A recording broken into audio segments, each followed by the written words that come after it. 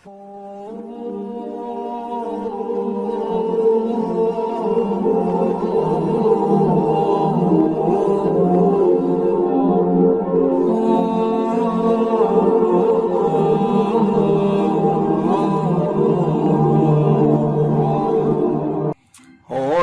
सुर्ख याकूत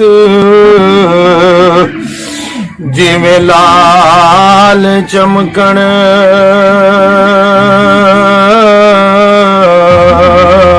ठोडी सेब वलैती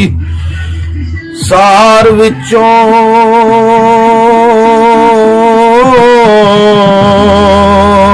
दंद चंबे दी कली के हंस मोती, दाने निकले हुसन अनार विचों, ते गर्दन कूंज दी उंगलियां रवा फलियां,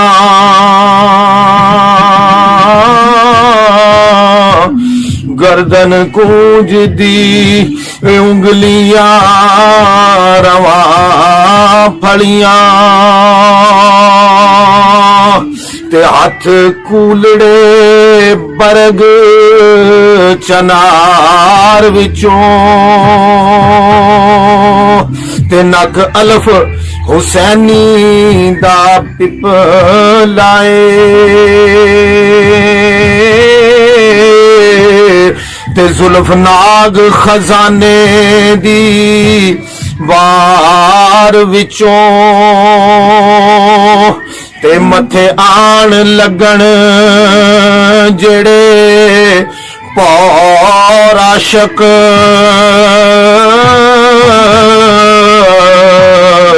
निकल जान तलवार दी धार विचों, वारिस शाह जे नैना दा दा लगे,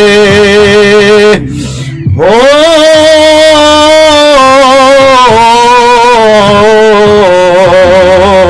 बचे कोई ना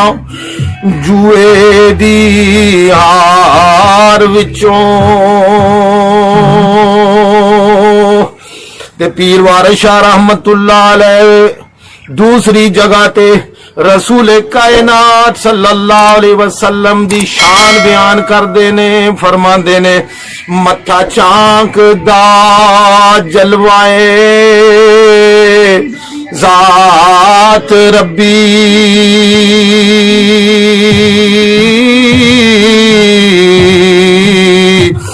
मैं ते वेख्या नाल यकीन, काजी रुख यार दा सफा कुरान दाए, रुख यार दा सफा कुरान दाए, ते रुख यार दा सफा कुरान दाए, ओ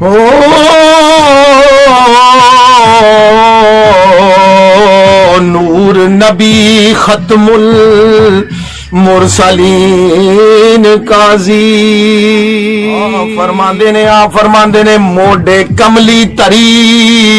मुजम्मली दी, ते हाथ खूंडिए यासीन काजी, मोडे कमली तरी मुजम्मली दी, ते हाथ खूंडिए यासीन काजी, ते हाथ खूंडिए यासीन काजी, ते छेड़ू उम्मतां दे नबी पाक होए, ओ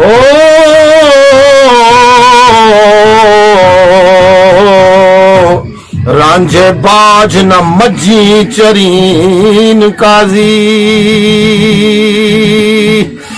कुरान मजीद में अल्लाह ताला ने इरशाद फरमाया, हर नबी अपने उम्मतियों पर कयामत के दिन गवाह होगा, मगर हमारे रसूल कायनात सल्लल्लाहु अलैहि वसल्लम सारी उम्मतों पर गवाह बनाए जाएंगे।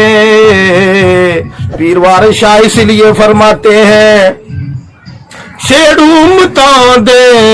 नबी पाक होए, रांझे बाज ना मज्जी चरीन काजी। फरमाते ने वारिस शाह जिना शक कीता गुमराह हो गए, पढ़ के वेख वलद्दालीन काजी।